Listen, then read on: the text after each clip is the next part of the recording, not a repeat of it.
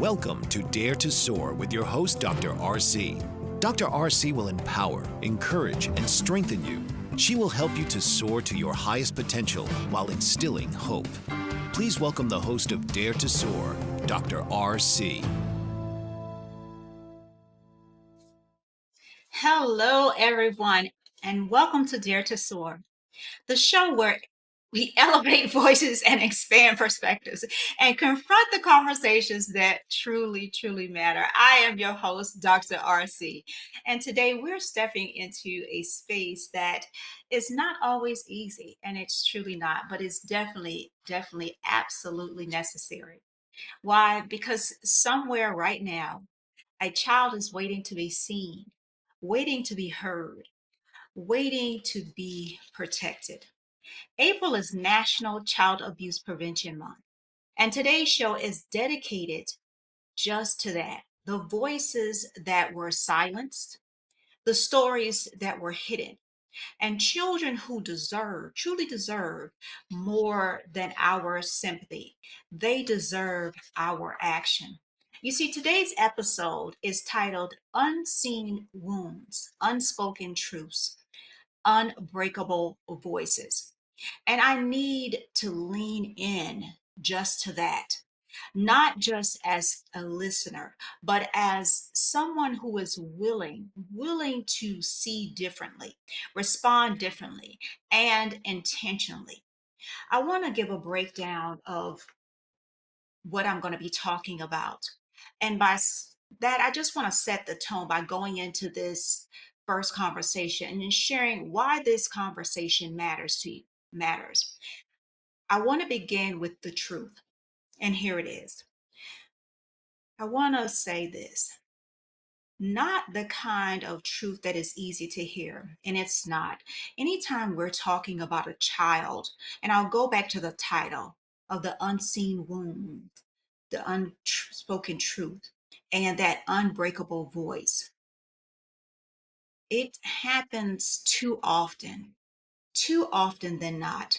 When we hear about this, those wounds, those words, child abuse for many of us is pictured as something extreme, something obvious at times, something that we may think could never happen, and the space that we know. But the reality is this: child abuse is often hidden, it is often subtle, and it is far, far more present. And we're uncomfortable admitting it oftentimes. Now, is Dr. RC saying that everybody may see things and may ignore it? No, that's not what I'm saying. But it is an uncomfortable space to be in because no one wants to imagine a child being harmed, but it does happen. So as I go into this, I just want to let's define it clearly.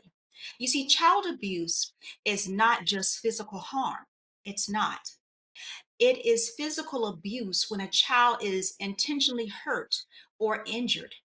It is emotional abuse when words, rejection, or manipulation damage a child's sense of worth. It is sexual abuse, any form of exploitation or inappropriate contact as well. And it is also neglect when a child's basic needs for safety, care, supervision, and love are not met. And to take note of that, I named three types. I said that it's the physical, it is the emotional, and it's the sexual. It is, and also the neglect as well when we talk about that. And here is what we must understand about it. Child abuse does not always leave bruises. And I said that in the opening as well. And I want you to catch that. It does not always leave bruises, as I've given descriptors of it. It does not always come in a visible sign, and it does not always announce itself loudly for us to hear. Sometimes it looks like silence. Sometimes it looks like a withdrawal as well. And sometimes it looks like a child who has learned not to ask for help. And these are just tidbits of the telltale signs of child abuse. So we have to break those assumptions and we have to tune in and listen very well. Listen closely. There is a dangerous misconception that child abuse only happens in certain types of homes. And that truly is a misconception because it doesn't. Certain neighborhoods, that's another one. But let me be clear once again about it. Child abuse does not discriminate. There used to be something that said, oh, it only happens here, it only happens there, on this neighborhood, or this tier or that. No. But access to protection and intervention often does. And it does. I want you to let that land there for a moment. It exists in affluent communities. It exists in underserved communities. It exists behind closed doors. It is in plain sight. It is in systems we trust as well. And in spaces we assume are safe. And too often, the difference is not whether abuse is happening. The difference is whether someone notices it or not, and whether someone chooses to act upon it as well. So, how do we make a personal connection to make it real? So, I just want you to do something for me, or something with me, if you will. I want you to just pause just for a moment. Think about a child that you know. It could be your child, it could be your niece, your nephew, it could be a student, it could even be a neighbor. Now, it could be a child that you greet every day without even realizing how much they may be carrying. Now, I just want you to sit with this question. What if that child was suffering in silence? What if the child smiled, you see, is wearing a mask of fear? What if the quietness you notice is not personality, but protection? What if its behavior you question is actually a response to something deeper? Because the truth is, there are children we are hoping for grand gestures, not for perfect solutions, but one adult to notice, to care, and to act. And on that note, it's time for a commercial break. I'll be right back. Dr. RC will share extraordinary resources and services that promote educational success, as well as making a difference in the lives of all social workers, as well as the lives of children, adolescents, and teens of today. She will have open discussions addressing many of the issues that we face about our youth and how being employed in the uniquely skilled profession of social work for over 18 years has taught invaluable lessons through her personal experiences. She will also provide real-life facts, examples, and personal stories that will confirm that why serving as a child advocate is extremely beneficial when addressing the needs of the whole child. Listen live to Dare to Soar, Saturdays 10 a.m. Eastern, as Dr. RC will provide thought-provoking information that will empower, encourage, and strengthen students, families, and communities across our nation. You can also visit her at soarwithkatie.com. Author, radio show host, and coach John M. Hawkins reveals strategies to help gain perspective, build confidence, find clarity, achieve goals. John M. Hawkins' new book, Coached to Greatness: Unlock Your Full Potential with Limitless Growth, published by iUniverse. Hawkins reveals strategies to help readers accomplish more. He believes the book can coach them to greatness. Hawkins says that the best athletes get to the top of their sport with the help of coaches, mentors, and others. He shares guidance that helps readers reflect on what motivates them, rediscover and assess their core values, philosophies, and competencies, find settings that allow them to be the most productive, and track their progress towards accomplishing goals.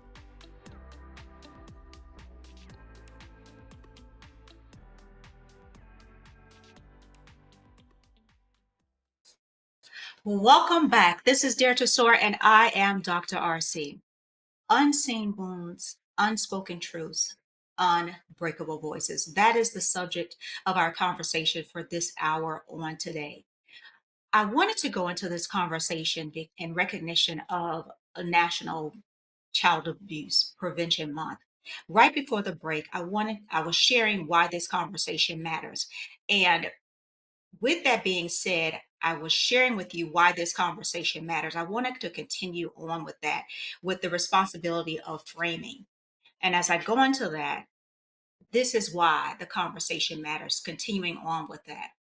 Not just as social workers, educators, and not just even as professionals. You see, this conversation matters before every single one of us because we're all in this together.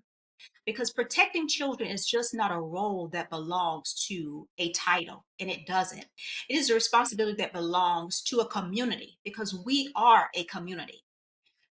And as we move forward in this conversation today, we are going to shift from what we think to what we know. And I'm going to be sharing information with you to that fact, to what the data actually reveals. Because once you see this is the reality, you cannot unsee it. And once you know it, you are called to respond to it as well. And the reality is that data demands our attention. And that's how we connect with things. Yes, information is great, but as we know, we are in a data-driven world. And I'm not going to inundate you with data, but I'm going to give you enough to pay attention to.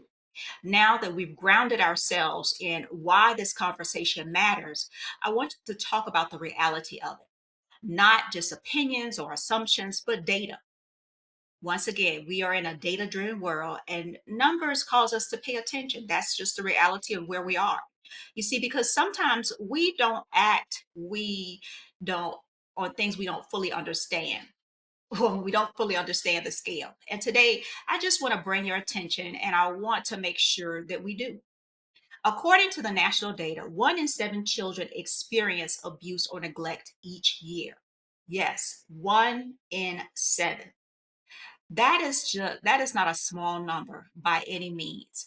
That is not rare. That is not isolated either. That means in a classroom of 21 children, at least 3 of them may be experiencing abuse or neglect. That's not Dr. RC's numbers. This is the statistical data that I have gathered. That means that in our schools, in our communities, this is happening closer than we think. And here is where it becomes even more concerning. The majority of these cases go underreported. Why, you ask? I can see those question marks going on. Let me say that again. The majority, which means the numbers we have are likely just that surface piece.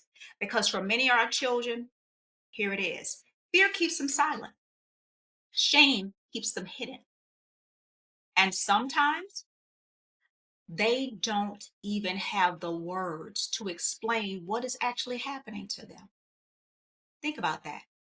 So, what we know is already alarming, but what we don't know may be even greater. Let me say that again. So, what we know is already alarming, but what we don't know is even greater. Then, to further give you more information, each year in the United States, over 1,800 children lose their lives due to abuse and neglect. That is another alarming number. And I just use that word alarming, but I have to, it's like sounding the alarm because I need you to pay attention to what I'm sharing with you. These are just not statistics. These are children who had names, children who had names, children who had futures, children who needed protection and not received it in time. And the hardest truth, many of these deaths were preventable. Now, let's address one of the most critical and often misunderstood realities. In the majority of these cases, the predators is someone the child often knows. It could be a parent, it could be a caregiver, It could be a relative, it could be a trusted adult. This is not a stranger danger issue. This is often a trusted adult issue. And that truth challenges us because it forces us to look beyond the narratives we've been taught and to examine the environments we assume are safe. So we can talk about child abuse, we can talk about something distant. We are talking about children sitting in classrooms, children showing up after school and after school programs, children smiling and family photos, children interacting with us every single day. And the question becomes this: how many signs have we missed? How many moments did we overlook? How many behaviors get labeled instead of understood? These are the questions that come up. These are the red flags that come up. We also have to acknowledge this as well. Not all children have the same level of protection, and that is the truth of it all. Some children are more vulnerable due to a variation of things: systemic inequalities, lack of access to resources, cultural stigma, fear of systems meant to help them, which means intervention is not always equal. Awareness without equity still leaves some children unprotected. And these are the realities of it. So you see, here's it. Here's the thing. When we begin to look at emotional bridges and responsibility, so we cannot allow them to become just statistics, because behind every number is a story. Behind every statistic is a child who needed someone to notice. And that brings us back to us. Because once we understand the reality, we have a responsibility to respond to it. I'm going to let you hold on to that for a moment. It is time for another commercial break. We'll be right back. Did you know that your beliefs create your entire reality, but it's the subconscious beliefs that do most of the creating? Belief shifter and life coach Shiraz can help you identify those limiting beliefs and eliminate them, often in a single session. Like it was almost instant, like I had relief right away. Creating better health, relationships, careers, and finances. Let Shiraz help you step out of safety and into awareness. Definitely something's happening. It's like a flow inside. You know, it feels good. Whether in person or online, Shiraz provides personal coaching, belief shifting. Visit Shiraz at energeticmagic.com or call 416-529-7429. Energetic Magic. Find your greater happiness. Be well. Be aware. Be magical.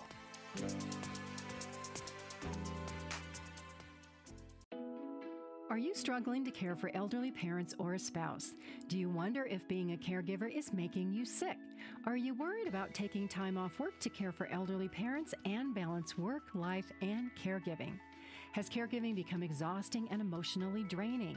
Are you an aging adult who wants to remain independent, but you're not sure how? I'm Pamela D. Wilson. Join me for the Caring Generation radio show for caregivers and aging adults, Wednesday evenings, 6 Pacific, 7 Mountain, 8 Central, and 9 Eastern, where I answer these questions and share tips for managing stress, family relationships, health, well-being, and more.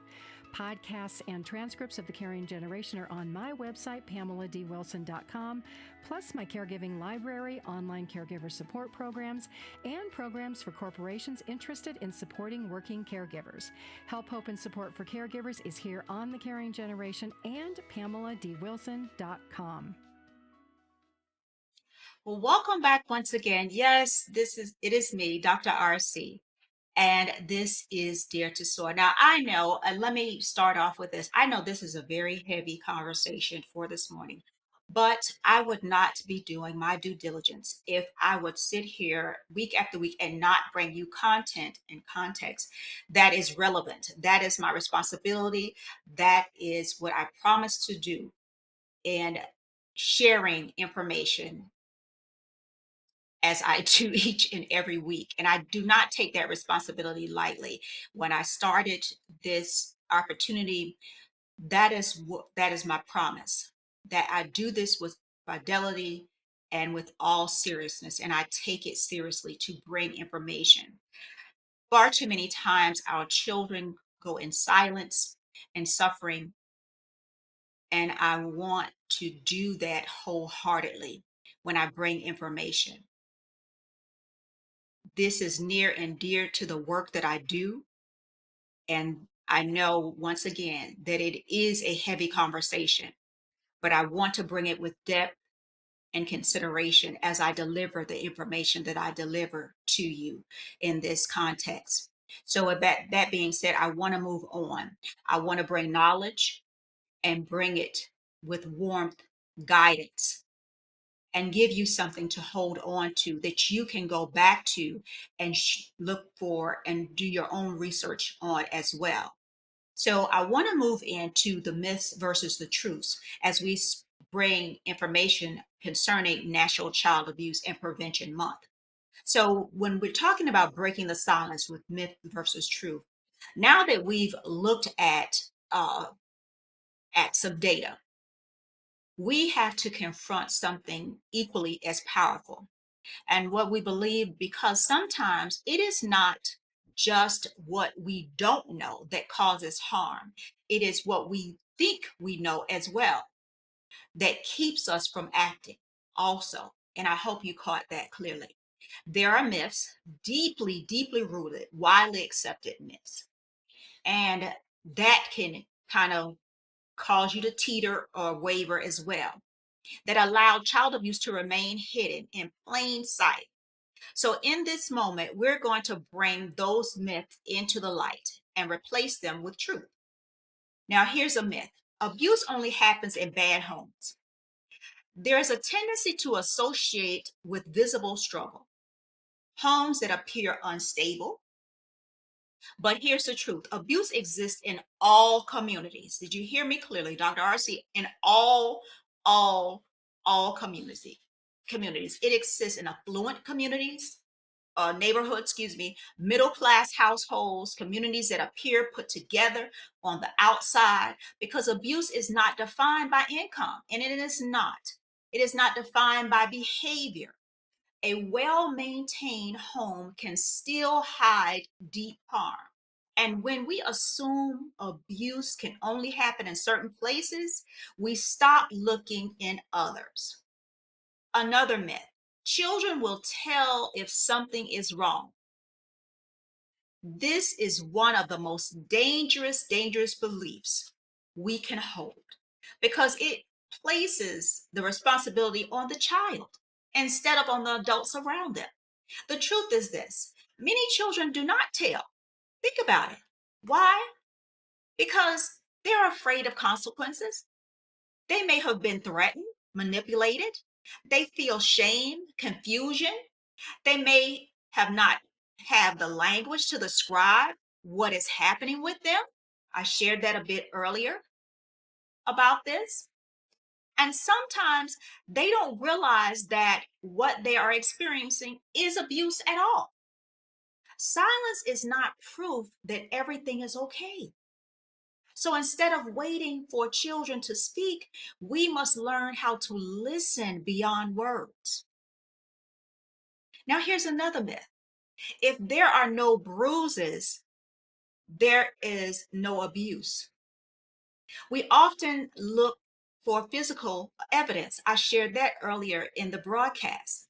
Sometimes we can see something we can point to, but abuse does not always leave marks on the body. No, it doesn't. Point taken. Emotional abuse leaves invisible scars, scars that show up as low self worth, anxiety and fear, difficulty trusting others, a constant sense of not being enough. And those scars can last far longer than any abuse.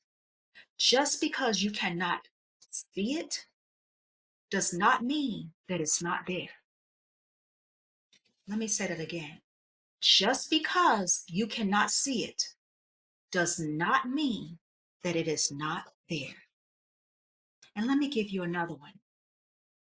It is not my place to get involved. I know that this conversation can be uncomfortable, and you may not want to share information. The myth is often rooted in discomfort, not wanting to interfere, not wanting to be wrong, not wanting to overstep. But here's the truth: it is everyone's responsibility to protect children. If you do not need to be certain, you do not need to be certain. You do not need proof. You need concern. You need awareness. And you need the willingness to act when something does not feel right. Because we choose silence. When we choose silence, we are not staying neutral. We are creating space for harm to continue. And you can also share it with a trusted adult.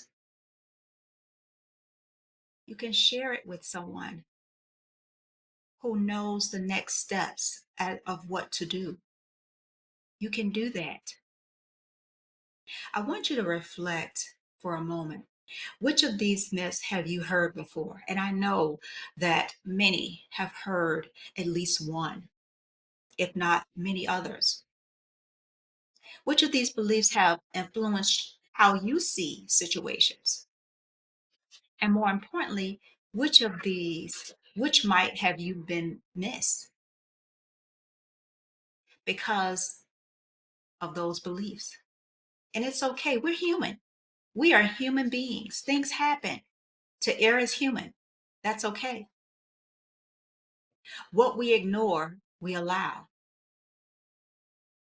And what we choose, we see. We have the power to change outcomes. And we can change outcomes. We have that power to do that. And on that note, I'm getting the signal, guys. It is time for a commercial break. We'll be right back. Mike Zorek, a three-time California state champion in Greco-Roman wrestling at 114 pounds. Mike, blind since birth, was born in Hartford, Connecticut. He was a six-time national placer, including 2 seconds, 2/3, and 2/4. He also won the Veterans Folk-Style Wrestling twice at 152 pounds. In all these tournaments, he was the only blind competitor. Nancy Zorek, a creative spirit whose talents have taken her to the stage and into galleries and exhibitions in several states. Her father, a commercial artist who shared his instruments with his daughter and helped her fine-tune her natural abilities, influenced her decision to follow in his footsteps. Ms. Zorek has enjoyed a fruitful career doing what she loves. Listen Saturday mornings at 12 Eastern for the Nancy and Mike Show for heartwarming stories and interesting talk. What if there were a super tiny device that could diagnose the brain and is smaller than a single human hair? What if you could see inside the brain to help an epilepsy patient during surgery or to help the fight against Parkinson's disease? Dr. Patricia Broderick is proud to announce the Broderick Probe, a biomedical and electronic breakthrough. Imagine a probe to help with the understanding and potential cure of brain-related diseases. To learn more, listen live to the Easy Sense radio show with host Dr. Broderick. And to help support the Broderick Foundation, please go to EasySense.com and learn how, with your help, we can fight these horrific brain disorders. That's EasySense.com to learn more and help support the Broderick Foundation.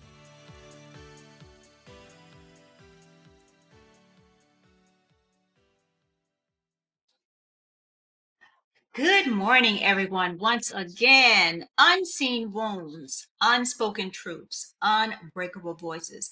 This episode is in recognition of National Child Abuse Prevention Month. Yes, this is Dare to Soar, and I am Dr. RC. This episode I know is disheartening to some. It's emotional. It's probably giving you highs and lows. It's probably putting those question marks above your head with those little clouds. I know that it's probably taking you through all of those things, but it is a much needed conversation. As I've shared and you've heard me say throughout, for far too long, some children are suffering in silence, and they are. This is an impactful and deeply moving episode. It's bringing light to a very urgent conversation that at times it is more oftentimes it's not, it's very overlooked with the impact of this issue that is impacting our children. You have to go beyond the awareness, bringing information, bringing awareness to this. And yes, it is highlighted during the month of April, but it is ongoing. It happens all year long that this happens with this issue. This is not happening in one state or another state. This is happening across the globe. And that is why information is key. I wanted to give you statistical data to let you know what is occurring. This is not to say that everyone is not doing their due diligence. This is not to point fingers at anyone at all. Once again, it is about awareness. It's about information. It's about sharing information. It's about bringing community together as well to say that we can all be in this together, because it takes, as the old cliche, it takes a village. It takes all of us working together to know, to understand about this. If you don't know, it's okay. That's why you have information. That's why you can read. That's why you can do research. That's why you have the statistical data, the information, the numbers. That's why we encourage one another. That's why you can pull someone to the side to say, hey, I'm thinking this. I'm not sure. I'm not confident enough to do this on my own. So, what steps, or can I share this with you? And then it's about that, not to place blame. It is about awareness, because once you know the truth about something, you have the power to see differently, to respond differently, and to potentially change a child's life. And that's what it's all about. And that's why I want to give you some of the warning signs and what we must not miss. Now, we've challenged the myths. We must move into something more critical, the recognition. Because if children are not always able to say what it is that's happening to them, guess what? Then it becomes our responsibility to notice what they are showing us. And I want to be clear about something. There is no single sign that confirms abuse, but there are patterns, changes, and signals that should never be ignored. Some physical indicators. What can we see? Let's start with what is often most visible: unexplained injuries like bruises, burns, marks that do not match the explanations given. Injuries in various stages of healing patterns, such as marked shapes, objects, for example. And sometimes the explanations may sound like rehearsed or just inconsistent. That matters. Frequent absences. If you're in the school system, a child missing school often and suddenly, that's why you have your school social worker. Teachers may notice patterns. Then you can share it with your school social worker as well. And if you have a team, when you have your team meetings that consist of your social worker, your counselor as well, you may include your nursing staff as well, if that is needed for variation of reasons. Patterns of the absences after weekend breaks, a notice of decline of absences without clear reasoning. Also, sometimes those absences, it's not just about missing school. It is about avoiding a place where someone might take notice of it as well. Then you may have some behavior indicators also, what we observe. Now, let's talk about the behavior because behavior is communication also. You may feel that a child may have been aggressive or that child may have been withdrawn. Those can be potential indicators as well, even when words are not. It can go either way, vice versa. Withdrawal, fear, aggression. A child who becomes unusually quiet or isolated, just as I was sharing just a moment ago. A child who appears fearful around certain individuals. That change, that's a shift.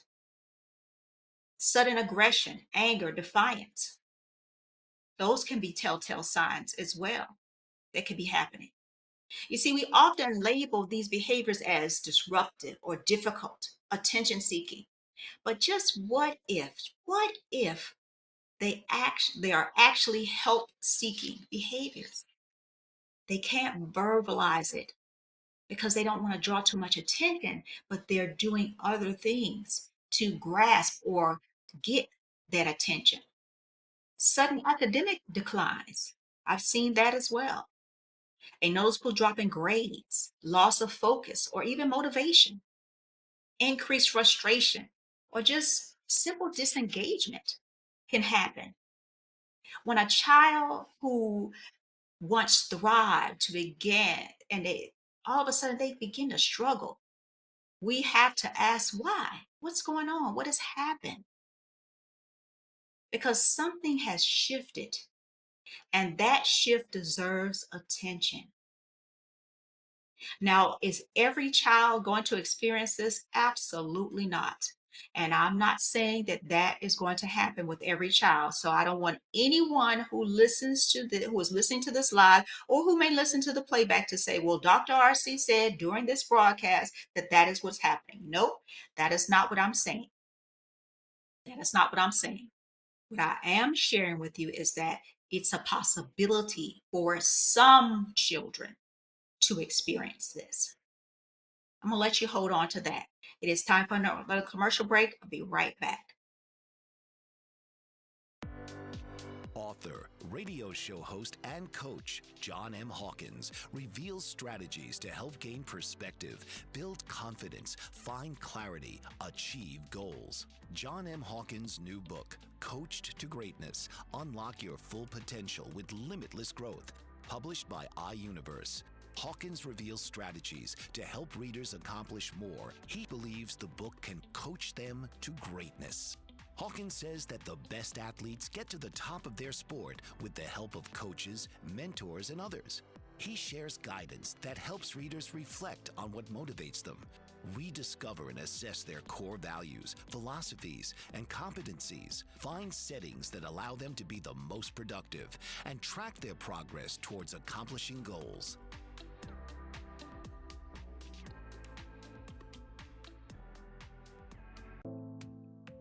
Did you know that your beliefs create your entire reality, but it's the subconscious beliefs that do most of the creating? Belief shifter and life coach Shiraz can help you identify those limiting beliefs and eliminate them, often in a single session. Like it was almost instant. Like I had relief right away. Creating better health, relationships, careers, and finances. Let Shiraz help you step out of safety and into awareness. Definitely something's happening. It's like a flow inside. It feels good. Whether in person or online, Shiraz provides personal coaching, belief shifting. Visit Shiraz at energeticmagic.com or call 416-529-7429. Energetic Magic. Find your greater happiness. Be well. Be aware. Be magical.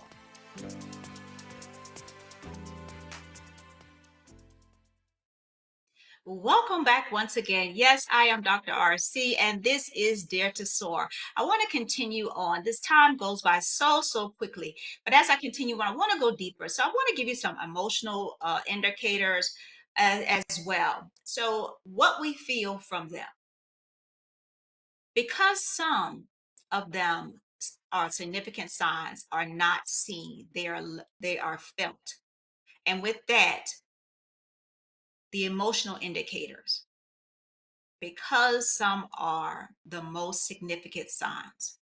So let's talk about low self esteem or low self worth. I'll say that. Words like, I'm not good enough.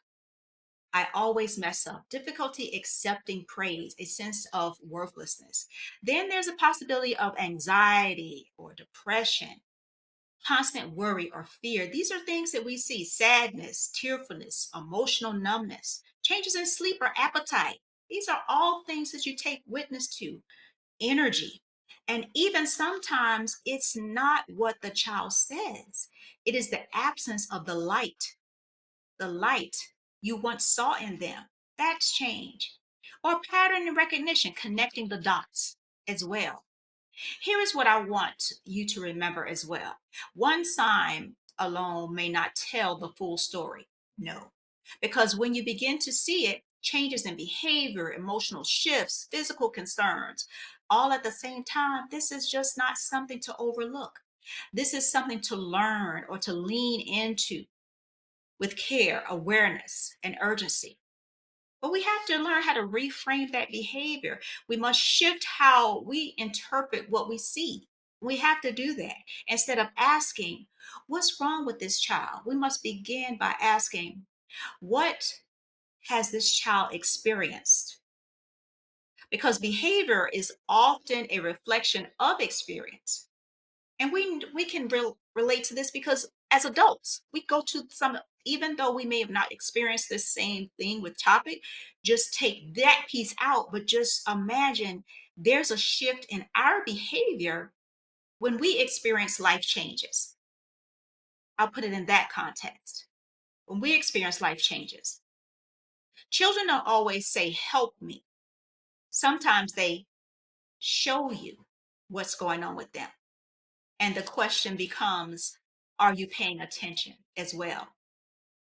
We just need to have, we don't need to always have all the answers. We just need to try to diagnose by looking at the changes, looking at the shifts.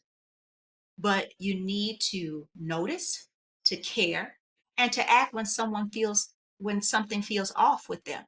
Because your awareness or our awareness could be the difference between continuing harm and intervention. And that's important when we're working with our children. Now, let's talk about often misunderstood impact because, once again, we're human beings. Because when abuse happens, and especially when it goes unaddressed, it does not simply disappear with time. It does not, it follows them. It definitely follows them. So when that happens, it can follow them for a lifetime. So what we do is we look at what that trauma looks like. And it definitely can be trauma when we look at that. So when we look at the research, which is ACE, has shown something very powerful, that early exposure to trauma can shape a child's brain development, emotional regulation, ability to form healthy relationships, and long-term health outcomes also. Childhood experiences don't just stay in childhood, they show up across a lifetime. The mental and emotional impact: children who experience abuse may grow up into adults who struggle with things like anxiety and chronic fear, depression, and feelings of hopelessness, even difficulty trusting others, challenges with self worth. Remember that? I just talked about self worth. And sometimes what looks like overreacting in adulthood is actually a response rooted in past trauma. They go through this. This is the real reality. So that impact that they had in their younger years, it trends, it follows them throughout their adulthood if it's not addressed appropriately. And that behavioral and the coping impact: without support and intervention, many individuals develop coping strategies to survive what they experience. This can include things like substance abuse, avoidance, and emotional shutdown, difficulty maintaining relationships, patterns, instability as well. What we often label as dysfunction may actually be survival. So it's shifting. They have to find coping mechanisms. to be able to get through life. Then it can even go into the physical health impact as well. Trauma doesn't just affect your mind, it can impact your body as well. Studies have even shown connections between early trauma and chronic health conditions. It's increased stress response, long term physical health challenges as well, because the body remembers even when the mind tries to forget. Isn't that amazing? How we cope and shift? You see, for many children, trauma shows up in school first. Difficulty concentrating, behavioral challenges, disengagement from learning.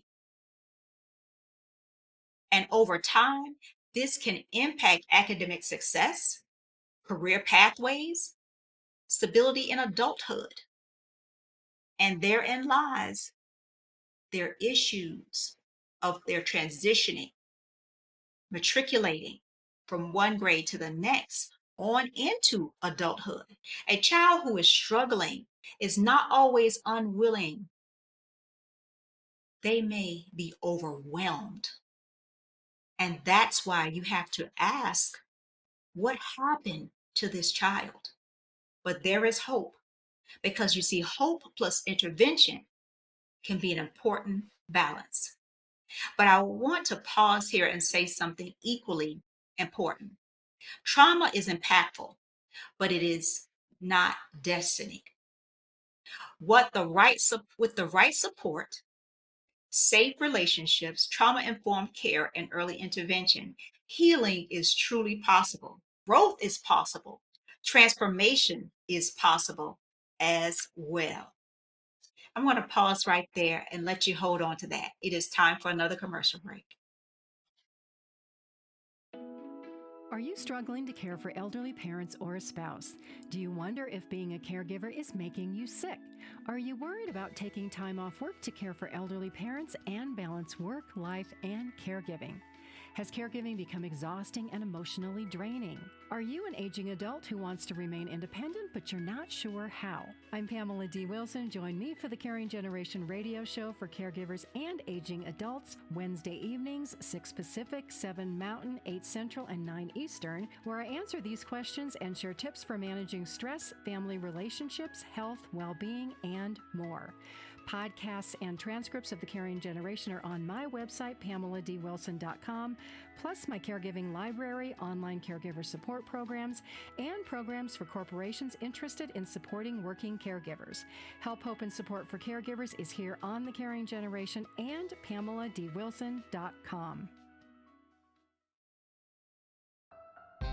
Dr. RC will share extraordinary resources and services that promote educational success, as well as making a difference in the lives of all social workers, as well as the lives of children, adolescents, and teens of today. She will have open discussions addressing many of the issues that we face about our youth and how being employed in the uniquely skilled profession of social work for over 18 years has taught invaluable lessons through her personal experiences. She will also provide real-life facts, examples, and personal stories that will confirm that why serving as a child advocate is extremely beneficial when addressing the needs of the whole child. Listen live to Dare to Soar, Saturdays 10 a.m. Eastern, as Dr. RC will provide thought-provoking information that will empower, encourage, and strengthen students, families, and communities across our nation.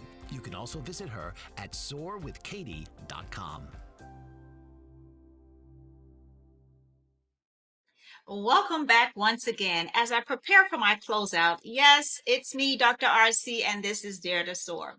So when we think about child abuse, we can not only think about the moment it happens, we must think about the years that follow, the classroom, the relationship, the communities that are impacted by a child's experience. The responsibility, what we can do, be observant, trust the instincts, report concerns, mandated reporting is awareness, create safe places for children, advocate for policies to protect children. Awareness without action is just not enough.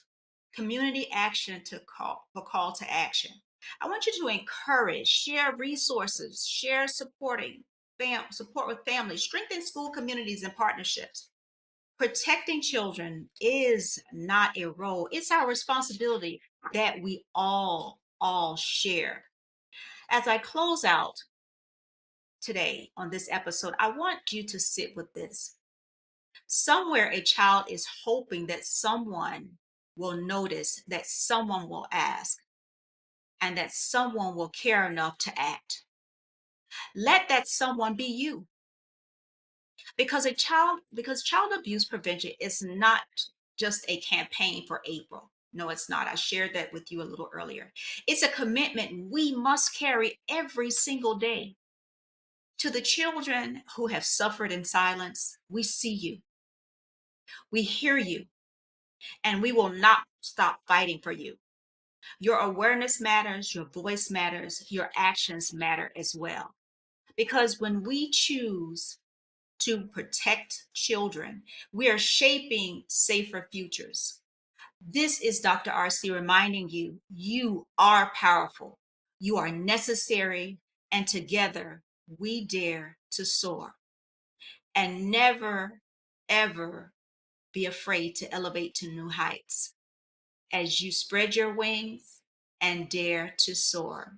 Additionally, I will be posting a little resource guide on my YouTube site that will be shared for everyone with resources, links, and contact information that you will find, I hope you will find very helpful. I appreciate each and every one of you, and thank you for tuning in today. Be safe, take care, enjoy the rest of your weekend. This has been Dare to Soar with your host, Dr. RC. Come take a ride and soar to your highest level possible each week on Dr. RC's Dare to Soar.